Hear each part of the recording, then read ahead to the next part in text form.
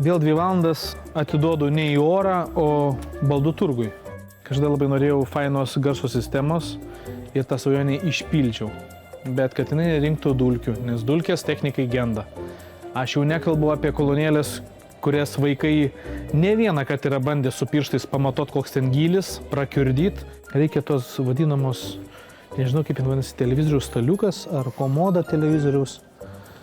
Bet kol kas nieko nematau, ko reikia, nes kartais būna tiesiog užstringa smegenyse. Kadangi čia ne koncertas ir aš šiandien nedainuoju, bet turiu salėje pagalbą.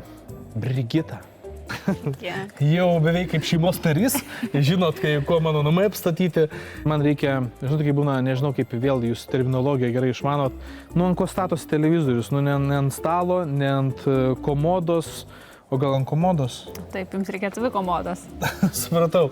Tai žodžiu, man reikia komodos, kurioje galėtų, kaip sakyt, nuo dulkių būtų apsaugota aparatūra ir kada reikia užsidaryti, kažkada reikia atsidaryti, kažkokius, nežinau, kompaktus susidėti, dar kažką.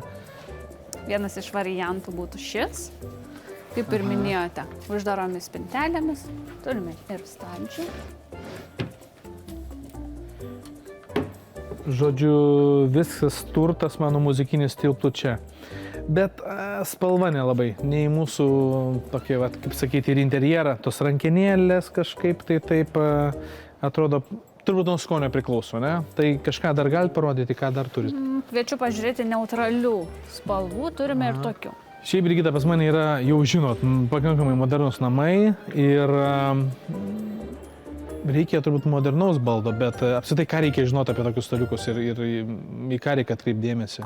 TV komoda tikrai gan reikalingas baldas kiekvienose namuose. Vėlgi atkreipti dėmesį į savo namų interjerą, į savo patalpos dydį. Tai pirmiausia, TV komodą renkamės pagal jos dydį, tada poreikiai pakabinamos norite ar pastatomos.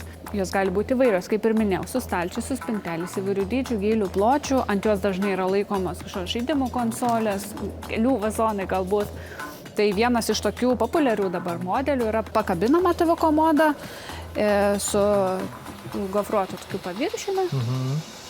Čia greičiausiai irgi turbūt viskas nuo skonio, ne? Vieni sakys, gofras laiko dulkės. Jeigu tu neprižiūrėsi savo baldų ir namų, visur tų dulkių buvo, yra ir bus. Tai teisingas pasibėjimas.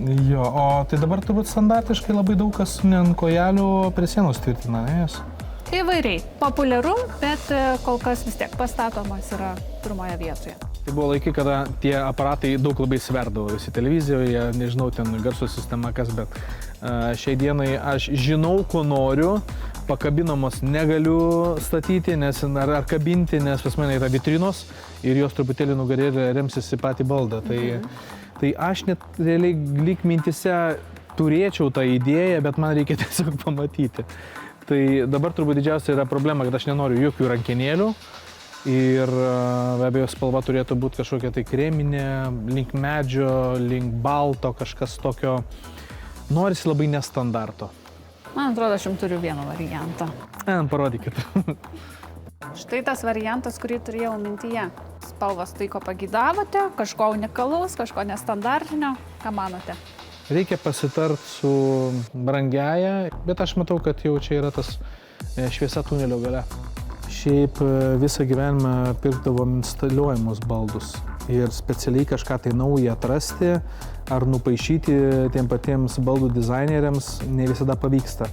O čia yra, sakykime, masinė gamyba ir taip atitikti skoningai lūkesčius man labai keista, bet labai pagirtina. Džiugu, žiauriai faina.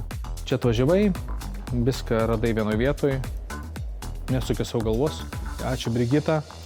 Ačiū. Manau, dar pasimatysim. Iki pasimatymo. Iki.